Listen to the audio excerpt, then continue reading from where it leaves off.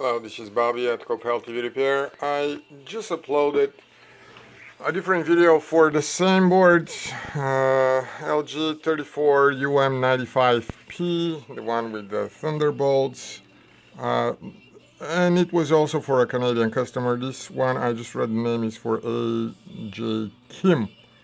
As just as before and as on every other video, I'm focusing on some unique markings on the board so that the customer can recognize it as theirs once they receive it. Again, on this board, the side supporter was broken and we had to fix it with silicone.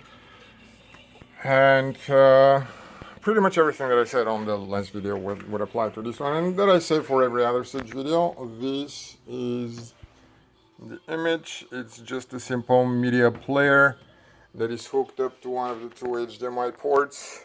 There it is. We did not test the Thunderbolt ports. We did not test this port. What was it? Display port. Yeah, this is a display port. We just have virtually never had a problem that wasn't explicitly pointed out, that points to those, like a torn off port or a power surge that enters through those.